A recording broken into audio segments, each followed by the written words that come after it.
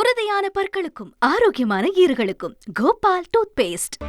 முதல்வர் குறித்து AIADMK MP CV. Shanmugam தெரிவித்த கருத்துக்கு அமைச்சர் சிவசங்கர் எதிர்ப்பு தெரிவித்துள்ளார். இதுகுறித்து எக்ஸ் தளத்தில் அவர் வெளியிட்டுள்ள பதிவில், ஜெயலலிதா, சசிகலா, எடப்பாடி பழனிசாமி என காலத்திற்கு ஏற்றாற்போல் போற்றி பாடுவதற்காகவே தன் வாயை வாடகைக்கு விடுபவர்தான் சி.வி. சண்முகம் என்று குறிப்பிட்டுள்ளார்.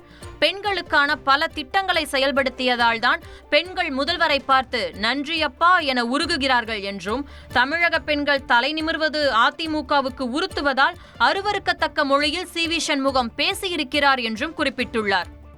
மானம் உள்ள யாரும் பிறரை அப்பா என அழைக்க மாட்டார்கள் என அதிமுக எம்பி சண்முகம் பேசியது சர்ச்சையை ஏற்படுத்தியுள்ளது. விழுப்புரம் மாவட்டம் அசோகபுரி கிராமத்தில் நடைபெற்ற கூட்டத்தில் பேசிய அவர், தமிழகத்தில் சட்டம் ஒழுங்கு சீரழிவுக்கும், கொலை, கொள்ளை, பாலியல் வன்கொடுமைக்கும் தடையின்றி போதைப்பொருள் கிடைப்பதுதான் காரணம் என குற்றம் சாட்டினார். செல்லும் இடங்களில் பெண்கள் அப்பா என அழைப்பதாக முதல்வர் ஸ்டாலின் கூறியதை விமர்சித்தும் சி.வி. சண்முகம் பேசினார்.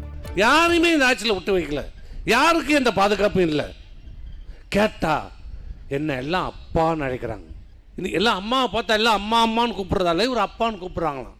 அதை நீ சொல்லக்கூடாது, நீ சொல்லக்கூடாது, மக்கள் சொல்லணும், மக்கள் சொல்லணும்.